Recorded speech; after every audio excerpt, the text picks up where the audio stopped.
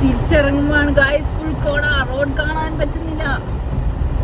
Nice view. View ഇല്ല എന്നൊക്കെ, nice view അല്ല, വ്യൂ ഇല്ല. അടിപൊളി ഗമ്മാലേ.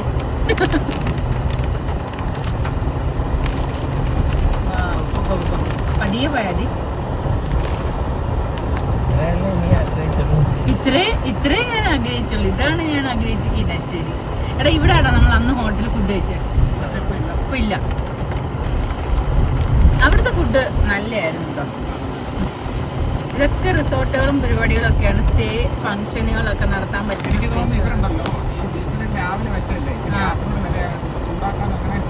പറ്റുന്നില്ലായിരുന്നു.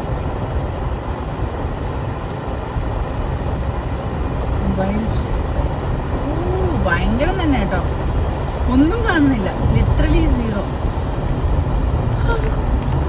എന്റെ മഞ്ഞ സാധനം തിളങ്ങുന്നോണ്ട് കാണാടാ റോഡ്.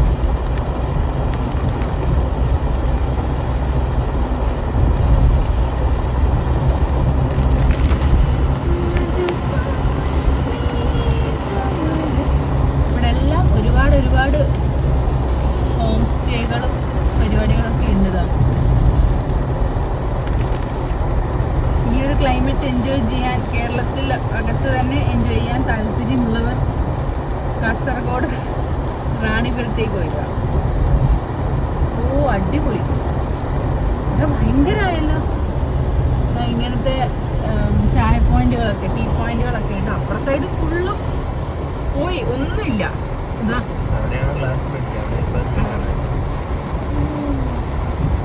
പക്ഷെ ഇപ്പൊ ഗ്ലാസ് ബ്രിഡ്ജിൽ നിന്നുള്ള വ്യൂ അടിപൊളിയായിരിക്കും. ചെറുതാണെങ്കിലും അതൊരു ട്രബിളാണ്. എനിക്ക് അമ്മച്ചി, എനിക്ക് വയ്യ, എനിക്ക് ഭയങ്കര ഇഷ്ടപ്പെട്ടു. കേരളത്തിന്റെ മൂന്നാറിനോ ഊട്ടി എന്താ അറിയപ്പെടുന്നത്?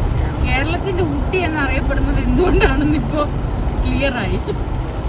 അടിപൊളി വ്യൂ.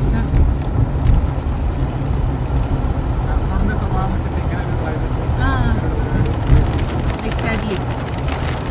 കാസർഗോഡ് കുറച്ചുകൂടെ എല്ലാവരും ഡ്രൈ ലാൻഡായിട്ടാണ് പ്രതീക്ഷിക്കുന്നത്. പക്ഷെ എല്ലാ കൈൻഡ് ഓഫ് ക്ലൈമറ്റും കടന്നു പോകുന്ന ഒരു സ്പേസ് ആണ് കാസർഗോഡ് എന്ന് പറയുന്നത്.